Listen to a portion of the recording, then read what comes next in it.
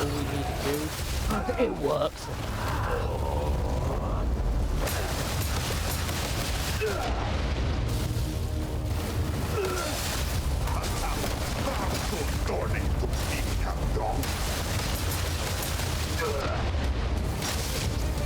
Oh, we can loop him. Yes, let's go.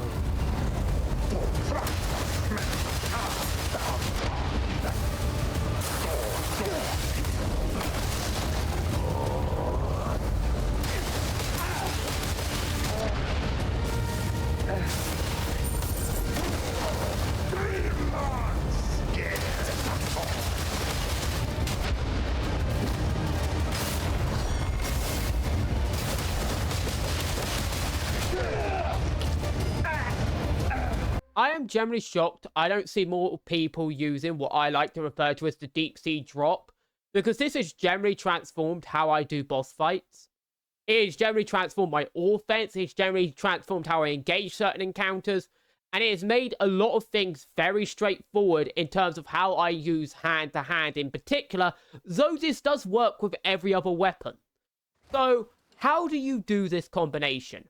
Well, clicking this little button allows me to pop it on screen, and as you can see, it is triangle to square to turn-in slash. But there are a few things. It cannot just be any triangle to square. It has to either be a neutral triangle or a running triangle. Anything else will trigger nothing, as far as I'm aware. So that is a thing to be warned about. I believe the elbow may be able to trigger it. I'm not sure, though. I haven't really tested the dodge elbow. I've only triggered the neutral slash and the run inversion because they are just generally the safest options when it comes to doing it.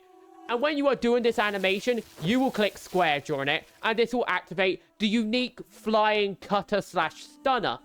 This move has a unique property where 1, it does a true splat, and 2, it works on large enemies. Note that most bosses in the game are counted as a large enemy, meaning that enemies that usually cannot be grappled can be grappled by this. And while in a true splat state, this makes it so the boss cannot dodge, he cannot teleport, he cannot attack, and he cannot defend. He is forced to do the slow get up animation, very similar to when the player is out of spirit and they've been knocked down. They have to slowly get up, and they are forced to eat whatever follows, which gives you just enough time, barely, to hit a full charge turn-in slash. And with this weapons, I have found that it's more consistent, but I do believe it works with every other weapon. You can then loop it into a second combination of it. I will note, though, once you've done it a second time, boss have a tendency to do a true teleport or dodge, because out of being hit by a turn-in slash combo, they have the ability to do that. They usually won't, but when you do the combination twice in a row, the AI will try and pull that off. If you perfect time it, you can catch them before they do the teleportation, but it's very difficult to get a third time in a row, and generally you'll need an additional effect to stagger the boss before they can do that ability, which is a bit of RNG. So that is a thing to be noted. But this combo is very powerful. It has strong stagger control, it has strong damage, it has strong stagger build up, and it is just very useful in every single scenario when it comes to boss fights, unless of course a boss is straight up immune. Note, the bosses that are immune: kaiju bosses, building bosses, animal bosses, and flying bosses. Those are the ones that are immune, and also a boss while he's in his immunity state, which is usually when he's attacking, dodging, or teleporting, or doing a super move startup. Those will make the boss immune to this animation. So that is a thing to keep aware of, and pick your correct timing.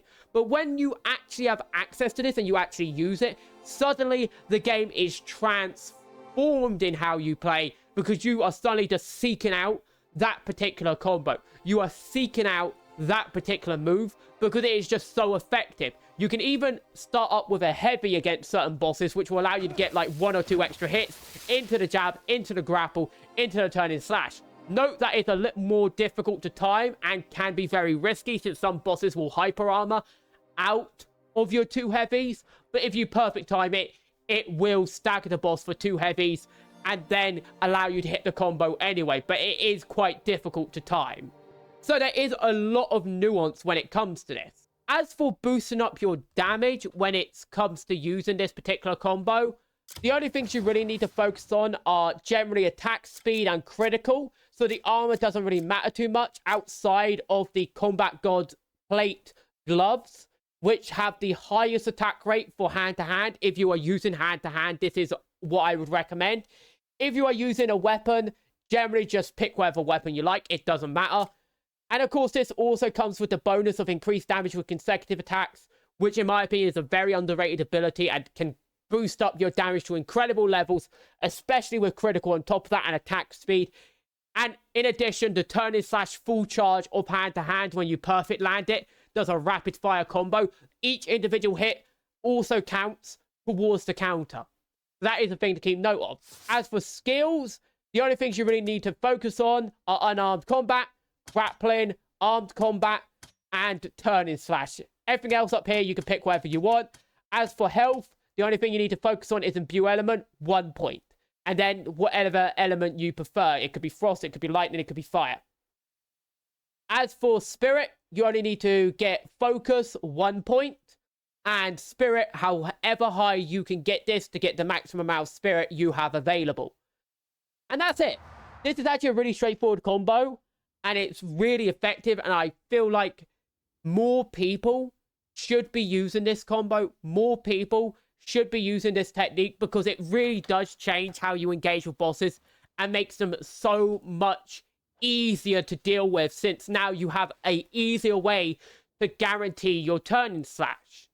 Anyway, with that said, I hope you enjoyed this video. Take care and peace out. Peace.